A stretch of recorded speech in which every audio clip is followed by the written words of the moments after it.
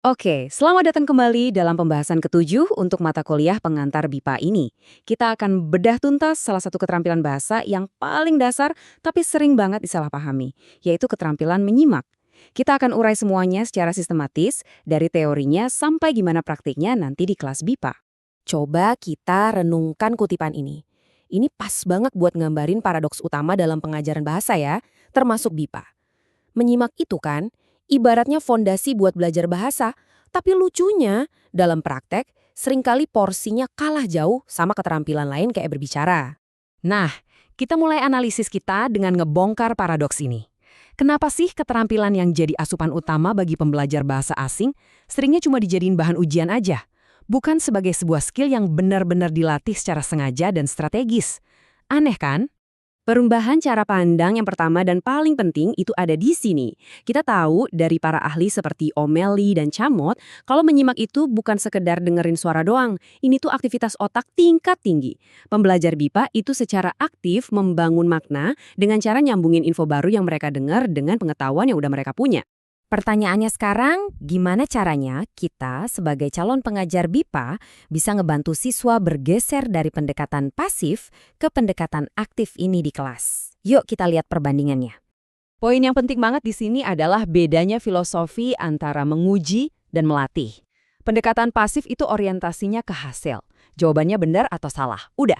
Sebaliknya, pendekatan aktif itu fokus ke prosesnya. Gimana cara siswa mikir, gimana dia pakai strategi buat bisa paham. Tugas kita adalah ngebekali mereka dengan strategi-strategi ini. Poin utamanya adalah kita bisa kasih semacam peta proses yang jelas buat para pembelajar. Kita akan bedah 3 strategi inti yang bisa mengubah kegiatan menyimak dari sesuatu yang bikin takut jadi semacam proses investigasi yang terkelola dan bahkan seru. Anggap aja ini kerangka kerja 3 tahap. Kita mulai dari atas dulu, dari gambaran besarnya, atau yang biasa disebut pendekatan top-down. Baru setelah itu, kita turun ke detail-detail bahasanya, atau bottom-up, biar pemahamannya jadi utuh. Fase pertama, prediksi. Ini ibaratnya pemanasan buat otak. Jadi, sebelum pembelajar BIPA dengerin audio tentang, katakanlah, cara membuat batik, kita pancing dulu pengetahuan awal mereka soal topik itu. Ini ngebantu mereka bikin kerangka di pikiran yang bakal bantu mereka memproses info baru jadi lebih gampang. Selanjutnya, pas audio diputar pertama kali, tujuannya bukan buat paham 100% ya, tapi buat nangkep intisarinya aja. Ini strategi top-down yang esensial. Pembelajar dilatih buat ngenalin konteks umum. Ini skill bertahan hidup di dunia nyata loh. Nah, setelah gambaran besarnya dapet, di putaran kedua, pembelajar bisa lebih fokus. Mereka sekarang berburu detail. Mereka dengerin baik-baik buat nangkep informasi spesifik kayak nama, angka, atau fakta kunci. Kombinasi strategi top-down dan bottom-up inilah yang bikin pemahaman jadi solid. Tapi meskipun kita punya model proses yang paling bagus sekalipun, ada satu faktor psikologis penting yang harus kita kelola sebagai pengajar, yaitu kecemasan saat menyimak. Fenomena ini, yang di teori belajar bahasa disebut saringan afektif, itu benar-benar bisa ngeblok input bahasa yang masuk. Buat pembelajar BIPA, dengerin penutur asli ngomong cepet atau pakai istilah-istilah budaya bisa jadi pemicu utama rasa cemas ini. Slide ini nunjukin strategi buat menurunkan saringan afektif tadi. Dengan ngasih perancah atau bantuan yang kuat, muji usahanya, dan nyiptain lingkungan kelas yang aman, kita bikin pembelajar lebih berani buat ambil resiko bahasa yang penting buat kemajuan mereka. Oke, sekarang kita beralih dari teori ke 2 contoh teknik yang bisa langsung diterapkan di kelas yang pastinya mengintegrasikan semua prinsip yang udah kita bahas. Teknik pertama namanya diktogloss. Ini bukan sekedar latihan menyimak biasa. Ini aktivitas berbasis tugas yang cukup kompleks.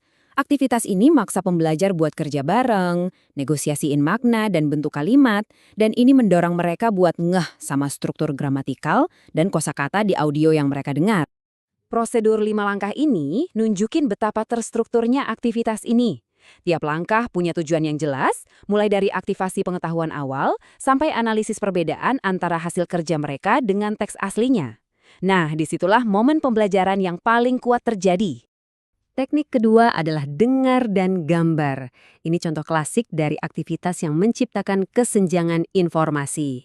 Jadi, siswa A pegang informasi, dalam hal ini gambar, yang nggak dimiliki siswa B. Kesenjangan informasi inilah yang menciptakan kebutuhan komunikasi yang otentik.